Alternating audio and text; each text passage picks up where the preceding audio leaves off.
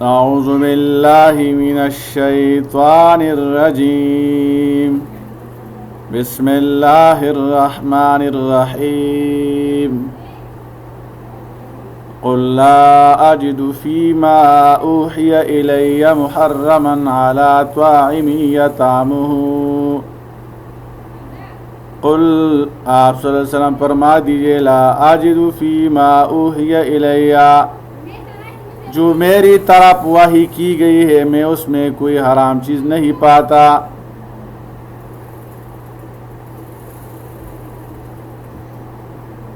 محرمن کوئی چیز حرام نہیں پاتا، علی طاعم یطعمہ کھانے والے پر جو اسے کھاتا ہے، الا ان یکون میتۃ سوائے اس کے کہ وہ مردار ہو، او دما مسفوحا یا بہتا ہوا خون ہو، او لحم خنزیر یا خنزیر کا گوشت ہو، فَإِنَّهُ رِجْسٌ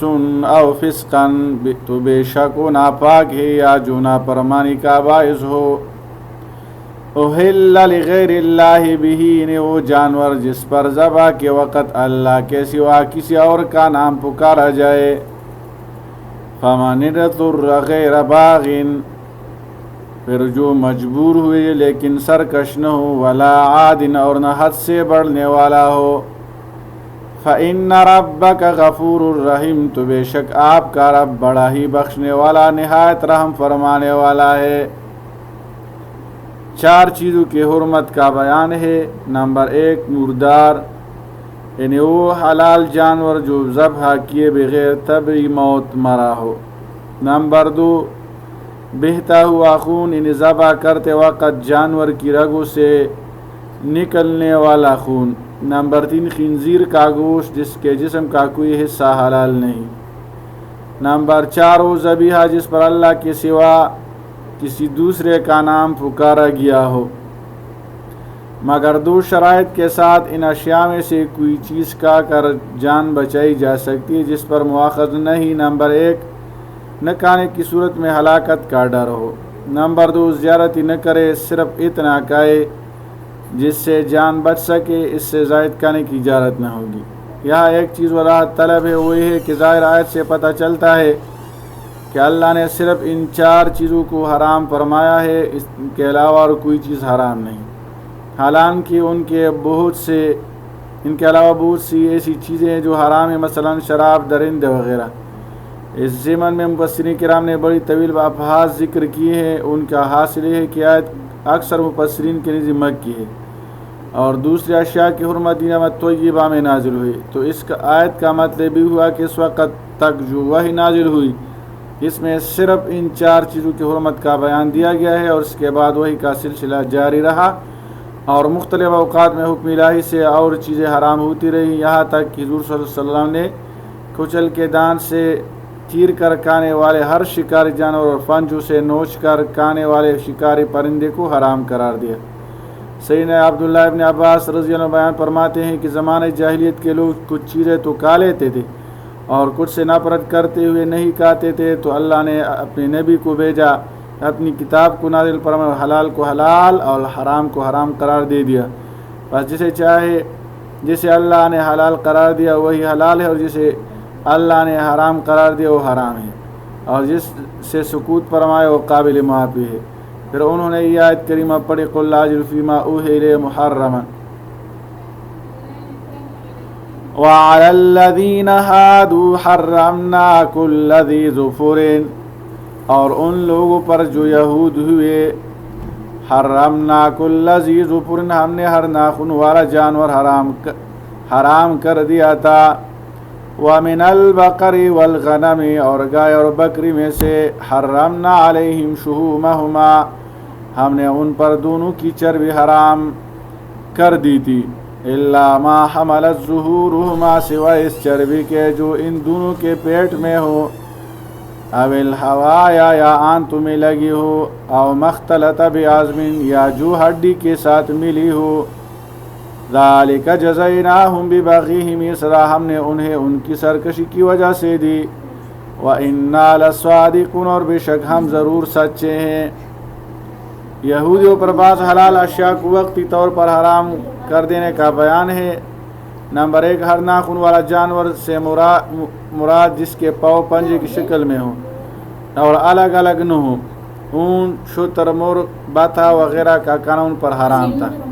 نمبر 2، گائے، بیل، بھیڑ، بکری کی پشتوں، آنت اور ہڈیوں کے ساتھ لگی ہوئی چربی کے علاوہ باقی ساری چربی ان پر حرام تھی۔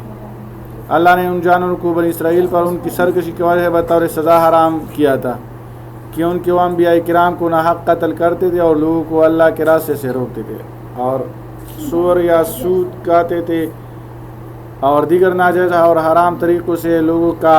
مال کھاتے تھے۔ اور اس لیے ذکر فرمایا کہ یہودی کہتے تھے کہ اللہ نے ان پر کسی چیز کو حرام نہیں کیا ماں سوائے اس کے جس کو حضرت یعقوب علیہ السلام نے خود اپنے نفس پر حرام کیا تھا، اور چونکہ اللہ نے یہ ماضی کی خبر دی تھی جس کا کسی کو علم نہیں تھا، اس لیے اللہ نے فرمایا بے شک ہم اس خبر میں ضرور سچے ہیں۔ اور اس سیدنا محمد صلی اللہ علیہ وسلم کی نبوت کی دلیل ہے کہ آپ صلی اللہ علیہ وسلم نے یہود کو ماضی کی ایسی بات کی خبر دی جس کا کسی کو علم نہیں تھا اور جس کو جاننے کے لیے وحی کے سوا اور کوئی ذریعہ نہیں تھا۔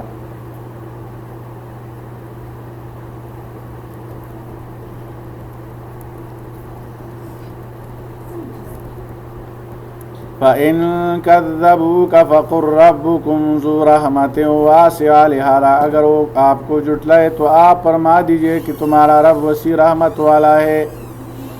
وَلَا يُرَدُّ بَأْسُهُ عَنِ الْقَوْمِ الْمُجْرِمِينَ، اور مجرم قوم سے اس کا عذاب نہیں ٹالا جا سکتا۔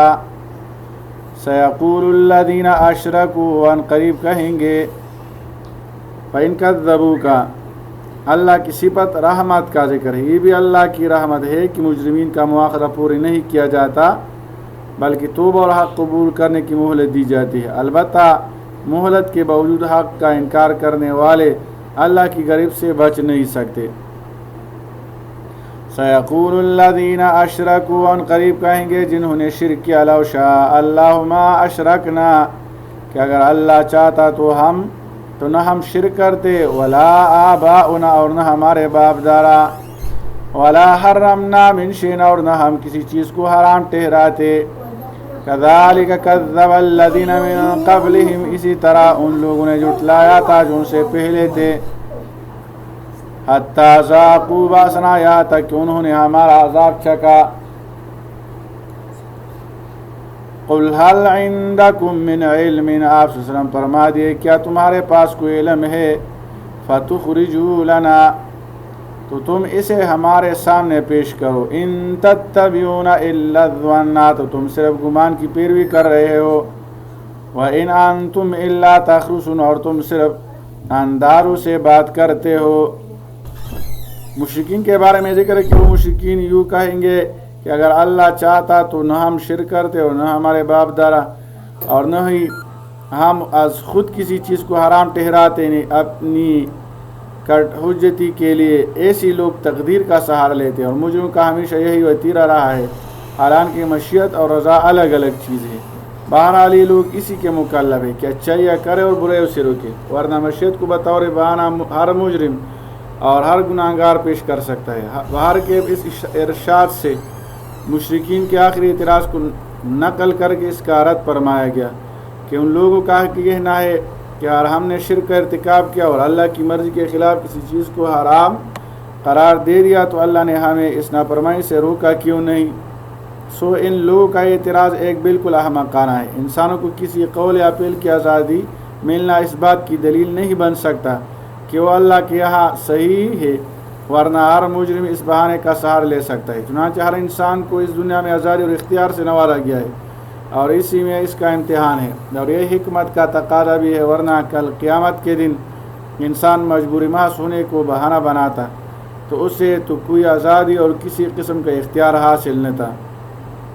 اللہ نے انسانوں کو دنیا میں آزمائش اور امتحان کے لیے بھیجا، اور امتحان اسی صورت میں ہو سکتا ہے جبکہ مکلفین کو احکام الہی اور اوامر و نواہی بتا کر ان کو عمل کرنے میں اختیار بھی دیا جائے۔ اگر انسان کو مجبور کر دیا جاتا کہ فلاں عمل ضرور ہی کرے تو اس کی آزمائش اور امتحان کیسے ہو سکتا۔ اللہ کی حکمت کا تقاضا ہے کہ اس نے انسان کو عقل اور فہم اور عمل کی قوت دی اور کرنے نہ کرنے کا اختیار بھی دے دیا۔ اب جو شخص شرک اختیار کرتا ہے اور از خود کسی شے کو حلال یا حرام کرتا ہے تو اپنے اس اختیار کی وجہ سے اس کا مواخذہ ہوگا۔ یہ سب کچھ تو اللہ کی مشیت و ارادہ سے ہوتا ہے، لیکن اس کا یہ مطلب نہیں کہ انسان کے قول و فعل سے اللہ راضی بھی ہے۔ اللہ ان اعمال سے راضی ہے جن کے بارے میں اپنی کتابوں اور رسول کے ذریعے صاف صاف بتا دیا کہ یہ عقائد اور اعمال میری رضا کے ہیں، اور غلط عقائد اور ممنوع افعال سے وہ راضی نہیں ہے۔ قل فللہ الحجۃ البالغۃ، آپ صلی اللہ علیہ وسلم فرما دیے پس اللہ ہی کے لیے کامل دلیل ہے۔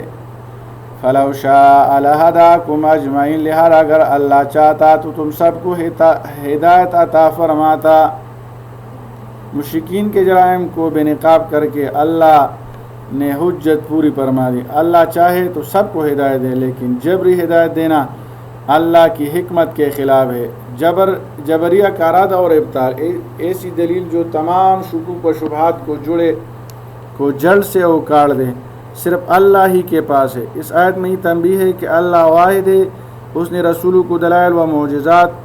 دے کر بھیجا اور ہر مکلف پر اپنے احکام کو لازم کیا ہے۔ اللہ نے ان کو کوئی بھی کام کرنے نہ کرنے کا اختیار دیا ہے، اور اللہ کی حکمت یہی ہے کہ بندے اپنے اختیار سے اس پر ایمان لائے اور اس کے احکام کی تعمیل کریں، ورنہ اگر وہ چاہتا تو جبراً سب انسانوں کو مومن بنا دیتا، لیکن اللہ کی حکمت کے خلاف ہے۔ اس لیے ان کا یہ کہنا بالکل لغو بات ہے کہ اگر اللہ چاہتا تو نہ ہم شرک کرتے، نہ ہمارے باپ دادا، نہ ہم جانوروں کو حرام قرار دیتے، کیونکہ اس قسم کا ایمان اللہ کو مطلوب نہیں ہے۔ قل هلم شهداءکم الذین یشہدون، آپ فرما دیجئے لاؤ اپنے گواہوں کو جو گواہی دے، ان اللہ حرم، حالانکہ اللہ نے ان چیزوں کو حرام کیا ہے۔ فَإِن شَهِدُوا فَلَا تَشْهَدْ مَعَهُمْ، پھر اگر وہ جھوٹی گواہی بھی دے فَلَا تَشْهَدْ مَعَهُمْ، تو آپ ان کے ساتھ گواہی نہ دیجیے۔ وَلَا تَتَّبِعْ أَهْوَاءَ الَّذِينَ، اور ان کی خواہشات کی پیروی نہ کیجیے، كَذَّبُوا بِآيَاتِنَا، جنہوں نے ہماری آیات کو جھٹلایا۔ وَالَّذِينَ لَا يُؤْمِنُونَ بِالْآخِرَةِ، اور جو لوگ آخرت پر ایمان نہیں رکھتے، وَهُمْ بِرَبِّهِمْ يَعْدِلُونَ، اور دوسروں کو اپنے رب کے برابر ٹھہراتے ہیں۔ اہل ایمان کو مشرکین کی خوشنما باتوں سے متاثر نہ ہونے کی تلقین کی گئی ہے۔ بتایا گیا ہے کہ اگر یہ مشرکین گواہی کی اہمیت اور ذمہ داری سمجھتے تو اس بات کی شہادت دیتے جس کا انہیں قطعی طور پر علم تھا، لیکن اگر یہ لوگ شہادت کی اہمیت اور ذمہ داری کو خاطر میں لائے بغیر اتنی ڈٹائی پر اترائے کہ اللہ کا نام لے کر جھوٹی شہادت دینے میں بھی تأمل نہ کرے، تو ان کے اس جھوٹ میں تم ان کے ساتھ نہ بننا۔ اس سے شہادت کی غرض صرف اتنی ہے کہ ان میں سے جن لوگوں کے اندر کچھ بھی راست بازی موجود ہے، ان سے جب کہا جائے گا کہ کیا واقعی تم سچائی کے ساتھ اس بات کی شہادت دے سکتے ہو کہ یہ قواعد و ضوابط اللہ ہی کے مقرر کردہ ہیں، تو ان رسوم و رواج کی حقیقت پر غور کریں گے، اور جب ان کا اللہ کی طرف سے ہونے کا کوئی ثبوت نہ پائیں گے تو ان فضول رسموں پر عمل درآمد سے باز آ جائیں گے۔ مشرکین سے شہادت طلب کیے جانے کا ایک مقصد یہ بھی ہے کہ ان کے عقل و فہم رکھنے والے طبقہ پر ان کی جاہلانہ رسموں کی حقیقت آشکارا ہو جائے، کیونکہ جب ان سے ان رسول کی صداقت کے لیے شہادت طلب کی جائے گی تو شہادت دینے سے پہلے احساس ذمہ داری کی وجہ سے ان باطل امور میں بڑی سنجیدگی سے غور فکر کریں گے، جس کا نتیجہ یہ ہوگا کہ ان پر رسوم رواج کی بےہودگی آشکارا ہو جائے گی۔ اللہ تعالیٰ عمل کرنے کی توفیق عطا فرمائے۔ وصلی اللہ تعالی علی خیر خلقہ محمد وآلہ واصحابہ اجمعین برحمتک یا ارحم الراحمین۔